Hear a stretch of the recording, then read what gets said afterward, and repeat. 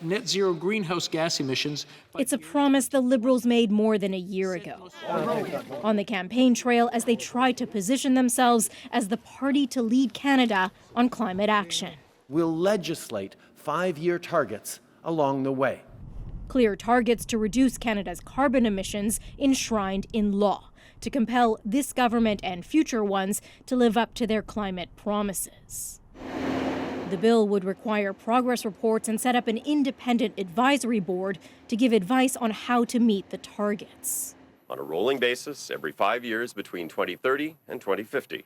But the first legally binding target would be 10 years from now, in 2030, not 2025. And if the government fails to meet it, there aren't any penalties. That's an issue for many environmentalists who see the bill as a landmark step that needs to be stronger. And we need to shift some of that emphasis over to the minister responsible achieving those climate commitments, and there being consequences attached. And here's the thing. Canada has never once met any of the emissions reduction goals it has set, and it's not on track to meet the current one.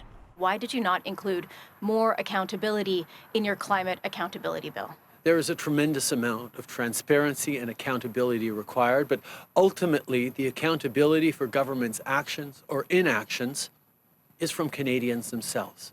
The Prime Minister leaving that to voters, but he does need the votes of at least one opposition party to get this bill passed, and they don't seem too impressed. There is very little accountability, and it's really just a game of smoke and mirrors.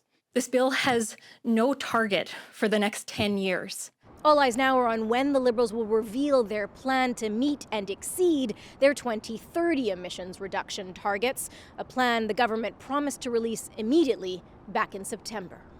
Salima Shivji, CBC News, Ottawa.